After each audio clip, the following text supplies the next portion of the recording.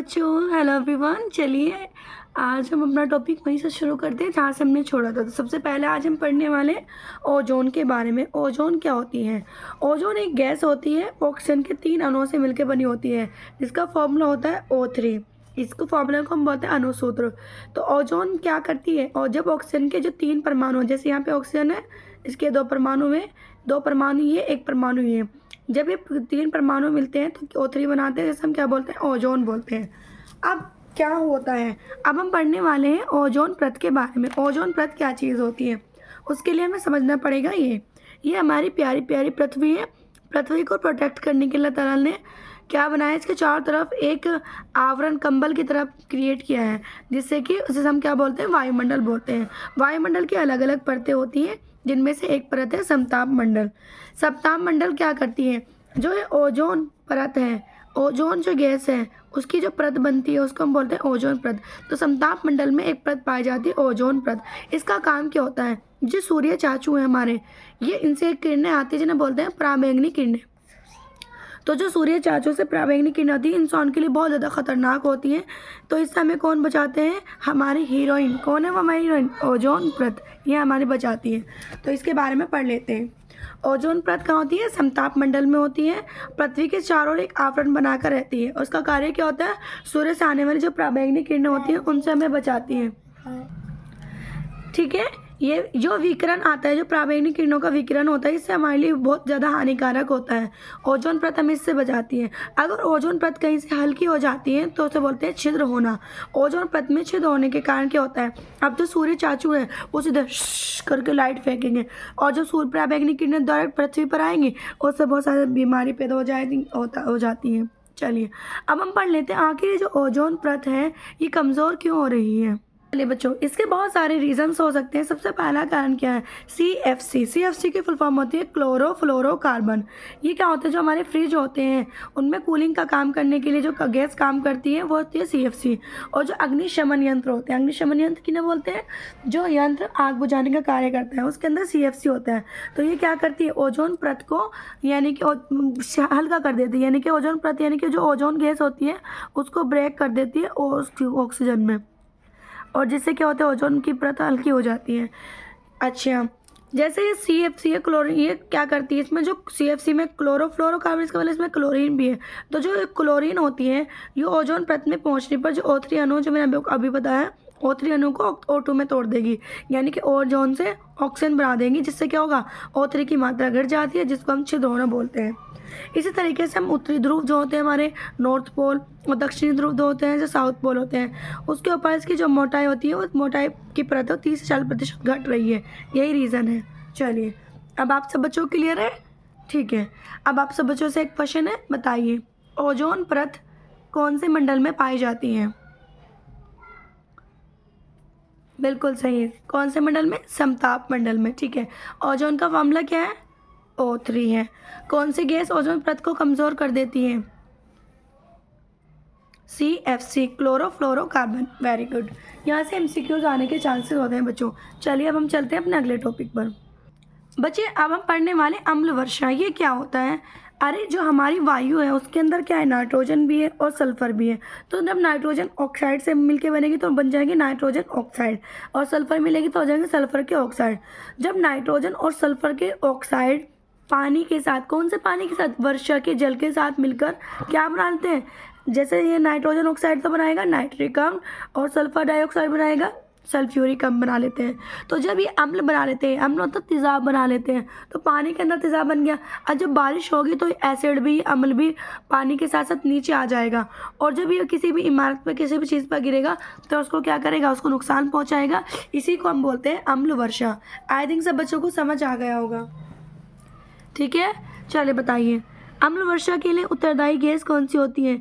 Nitrogen के oxide, sulphur के oxide, CFC, option A और B। बिल्कुल सही, ऑप्शन A और B, यानी कि नाइट्रोजन के ऑक्साइड और सल्फर के ऑक्साइड। बताइए नाइट्रोजन के ऑक्साइड क्या बनाते हैं? नाइट्रिक अम्ल, सल्फ्यूरिक अम्ल, एसिटिक अम्ल। बिल्कुल सही, नाइट्रिक अम्ल। चलो सल्फर के ऑक्साइड बताइए क्या बनाते हैं? नाइट्रिक अम्ल, सल्फ्यूरिक अम्ल, एसिटिक अम्ल। बिल्कुल सही, सल्फ्यूरिक अम्ल बनाते हैं। सब बच्चों क्लियर है? चलिए हम आगे चलते हैं।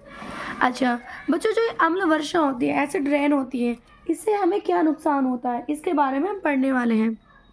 चलिए शुरू करते हैं।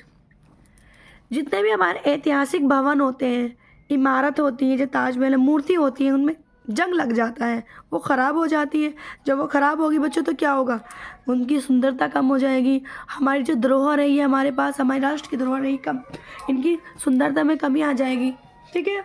अच्छा, अगर मिट्टी अम्ली हो, मिट्टी पे पड़ी, मिट्टी अम्ली हो गई, तो उससे क्या होगा, मिट्टी की पैदावार कमी हो जाएगी, यानी कि उर्वरता में कमी आ जाती है। अच्छा, और क्या होता है, जो हमारे वन होंगे या कृषि होगी, उसकी पैदावार कम हो जाएगी, क्योंकि जब मिट्टी नहीं रहेगी तो क्या पैदावार कहाँ से होगी। ठीक है, चलिए वेरी गुड। अब कहानी लिख दोगे सब बच्चे? ठीक है, चलिए अब हम आगे चलते हैं। ग्रीन हाउस प्रभाव। बच्चों, ग्रीन हाउस प्रभाव को हम क्या बोलते हैं, पृथ्वी उष्मायन भी बोलते हैं। ये क्या होता है, हमारे यहाँ पर क्या है, प्लांट वगैरह का काम क्या है, ये CO2 ले लेते हैं और क्या दे देते हैं, CO2 ले ली और ऑक्सीजन दे दी। अब हमने क्या करा, सारे प्लांट्स वगैरह को हम बहुत सारे को काट देते हैं। अब क्या होगा, जब कोई CO2 लेने वाला नहीं होगा, कार्बन डाइऑक्साइड लेने वाला ही नहीं होगा, तो क्या होगा, कार्बन डाइऑक्साइड की मात्रा बढ़ जाएगी। और जब कार्बन डाइऑक्साइड की मात्रा बढ़ जाएगी तो क्या होगा, जब कार्बन डाइऑक्साइड पृथ्वी से वापस जाएगी, वैसे गैस वापस जाएगी, तो ये जितनी भी सारी गैस वापस जाती है, ऊष्मा परिवर्तित होती, हीट, जो सूर्य से आने वाली ऊष्मा है वो वापस जा रही है, तो उसको क्या करेगी, कार्बन डाइऑक्साइड रोकने का प्रयास करेगी, क्योंकि मुझे छोड़कर मत जाओ, वो उसे मना कर देगी। अब आप समझने का प्रयास करें, सोचिए, ये ऊष्मा है, गर्मी है, सूर्य से आ रही है, फिर वापस जा रही है पृथ्वी से बाहर निकल के। अभी कार्बन डाइऑक्साइड कहेगी नहीं नहीं जा सकते, तुम नहीं जा सकते, तो बेचारे को क्या करेगा, ऊष्मा ज़्यादा हो जाएगी पृथ्वी में।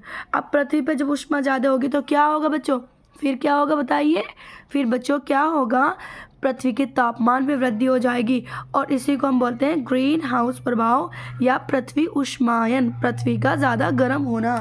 आई थिंक सब बच्चों को बहुत अच्छे से क्लियर हो गया होगा ना। ठीक है, अब बच्चे क्वेश्चन का आंसर करेंगे। पृथ्वी उष्मायन के लिए उत्तरदायी गैस कौन सी है, CFC, नाइट्रोजन ऑक्साइड या CO2? बिल्कुल सही, CO2। अच्छा, अगर ये CO2 बढ़ गई तो क्या होगा, ऐसा क्या कर लेगी ये CO2, बिल्कुल क्या कर लेगी, या फिर ग्रीन हाउस का क्या दुष्परिणाम होंगे, पृथ्वी उष्मायन के क्या, तो यहाँ पढ़ने वाले हैं। अगर हम आज से 100 साल पहले की बात करते हैं, तो जो सांद्रता थी CO2 की सांद्रता थी वो थी 110 ppm, 5 पर मिलियन। लेकिन बच्चों अभी हो चुकी है 350, और उम्मीद है 200 चलते की हो जाएगी 450। और इतनी ज़्यादा बढ़ने का मतलब है पृथ्वी का तापमान बहुत ज़्यादा बढ़ जाएगा।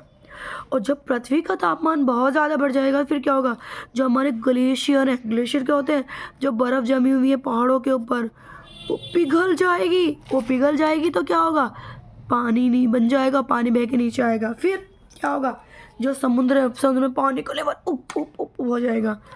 जो ध्रुवों की बर्फ़ है वो पिघलने लगेगी। जो समुद्र के पास बसे हुए इलाके जैसे शंघाई है, सैन फ्रांसिस्को, इन शहरों में बाढ़ आ जाएगी जब पानी ज़्यादा हो जाएगा। और जहाँ पे बारिश कम होती है वहाँ पे बारिश ही नहीं हो पाएगी, तो सूखा पड़ जाएगा, और अमेरिका क्या बन जाएगा, गर्म प्रदेश बन जाएगा। और क्या होगा, हमारे यहाँ पे जो मानसून है वो प्रभावित होगा, उसका टाइम पैटर्न बदल जाएगा, अनाज का उत्पादन कम हो जाएगा, हमारे जो जीव जंतु हैं उनकी दैनिक क्रियाएं भी प्रभावित हो जाएंगी। ठीक है, चलिए बच्चों, जैव निम्नीकरण क्या होता है, इसके बारे में पढ़ने वाले हैं हम। अच्छा, जो अब हमारे अल्लाह ने ये बनाया है कि कोई भी इंसान मर गया, कोई भी चीज़ मर गई, अगर वो कुछ टाइम बाद वो सड़ने गलने लगती है, तो उनको कौन करेगा, या तो जीवाणु विषाणु करेंगे। तो ये जो पदार्थ होते हैं, जो कोई भी पदार्थ, कोई भी वायरस, कोई भी जीवाणु विषाणु, जो क्या होता है, जो सूक्ष्मजीवों को नष्ट कर देते हैं अपनी क्रियाओं के द्वारा, इस प्रोसेस को हम बोलते हैं जैव निम्नीकरण। ठीक है, और जब जैव निम्नीकरण होता है तो क्या बनता है, खाद बनता है या जैव बनता है, जैसे हम बोलते हैं बायोगैस। और इसका हम उपयोग करते हैं भोजन, जैसे भोजन पकाने के लिए हम क्या बनाते हैं, बहुत सारी चीज़ों का हम इस्तेमाल करते हैं, सब्जियों के छिलके, घास वगैरह, जो भी चीज़ें हमारी सड़ गल जाती हैं वो जैव निम्नीकरण का एग्जाम्पल होती हैं।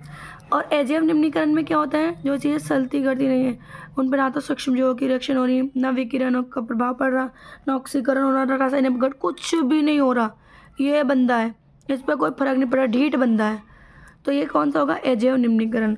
और ये है एक बच्चा, ये है उसको कोई कोई ताने मार रहा है, पढ़ती नहीं है, ये नहीं करती है, कोई कुछ कह रहा है, ये बेचारे को इस पर फ़र्क पड़ रहा है। जब इस पर फ़र्क पड़ा तो इसमें क्या हो रहा है, इसका जैव निम्नीकरण हो रहा है। इस पर कोई प्रभाव नहीं पड़ रहा है तो उसका अजैव निम्नीकरण हो जाएगा। दोनों के एग्जाम अंतर समझ लेते हैं। अच्छा, जब जैव निम्नीकरण में क्या, जब अपघटन होता है, चीज़ें सड़ती गलती है तो क्या, छी कितनी गंदी स्मेल आ रही। हाँ बिल्कुल वही होता है। अच्छा, अजैव निम्नीकरण में क्या होता है फिर, अजैव निम्नीकरण क्या होता है, ये जो हमारे कीटनाशक है, ये चीज़ है, जैसे मान लें फ़ोन है, ये कोई भी चीज़ है, ये सड़े गलेगी नहीं, ये पड़ जाएंगी जाके इकट्ठी रहेंगी, काफ़ी टाइम तक पड़ी रहेंगी। और अगर हमारे खाने में किसी चीज़ में शामिल हो गई तो ये हमें नुकसान पहुंचा देगी। अच्छा, जो औद्योगिक अपशिष्ट होते हैं, अगर उन्हें मृदा में दबा दें, औद्योगिक अपशिष्ट कारखानों से निकलने वाली गंदगी होती है, उन्हें अपने मिट्टी में दबा दें, मिट्टी की उर्वरता को कमी कर देंगी। इनसे जल और मृदा प्रदूषण बढ़ता है। इनसे क्या होता है भाई, बेचारे सड़ रहा गल रहा है, मर गया, अब क्या होगा, यहाँ पे बहुत सारे छी मच्छर इस तरह की चीज़ें आ जाएंगी, वो क्या करेंगी, नुकसान पहुँचाएंगी, और ये सभी जीवदारों के लिए बहुत ज़्यादा घातक होते हैं। सब बच्चों क्लियर है? Okay, very good. चलिए, आपने वो तो सुना होगा, गाड़ी वाला आया घर से कचरा निकाल, गाड़ी वाला आया घर से कचरा निकाल। बिल्कुल सही। कचरे को हम बोलते हैं अपशिष्ट या बोलते हैं कचरा। जितने भी हमारे अनुपयोगी पदार्थ हो जो हमारे इस्तेमाल के लिए नहीं होते तो उनको हम अपशिष्ट बोलते हैं। ये ठोस हो सकते हैं, द्रव हो सकते हैं और गैस हो सकते हैं। ठीक है, अब इनके लिए हमें क्या करना है, हमें 4R का यूज़ करना है। एक R का मतलब रिड्यूस, कम करना। देखो बच्चों, जो चीज़ हमें ज़्यादा ज़रूरत की नहीं है उसको मत खरीदो, जो चीज़ आपकी ज़रूरत की है वो खरीद लो। तो इससे क्या करेगा, आप उस चीज़ को कम कर दोगे। रिड्यूस का मतलब होता है जितनी आवश्यकता उतनी चीज़ों का इस्तेमाल करना। रीयूज़, दोबारा उपयोग करना, जैसे लड़कियां बिल्कुल नहीं करना चाहती। हाय हाय, मैंने तो ये वाला सूट उस शादी में पहन लिया था, मैं तो उसने शिफा ने देख लिया, फरीन ने देख लिया, मैं तो बिल्कुल भी नहीं पहनूंगी। अम्मा मुझे नया जोड़ा बना दो। फिर अम्मा क्या करेगी, चांटे लगाएंगी, कहेगी नहीं बेटा आप इसे रीयूज़ कर लो। वही होता है रिसाइकिल। रिसाइकिल का मतलब कुछ नया बनाना। जैसे मेरे पास एक डब्बा था, उसमें मैंने शू बॉक्स था, शूज़ रखे थे।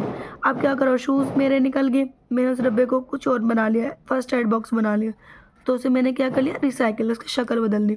और रिफ्यूज़ मतलब मना करना। डोंट यूज़ पॉलीथीन बैग, बोलते हैं ना, डोंट यूज़ पॉलीथीन बैग, मना करो। जो चीज़ हमारे पर्यावरण के लिए सही नहीं उनको मना करो। से नो, से नो। ये आपका चैप्टर हुआ समाप्त। आशा है सब बच्चों को समझ में आया होगा। चलिए, लाइक शेयर सब्सक्राइब करना ना भूलें। सभी बच्चों को क्लास पसंद आई तो लाइक कर दीजिएगा, शेयर कर दीजिएगा। Okay, thank you, bye bye everyone.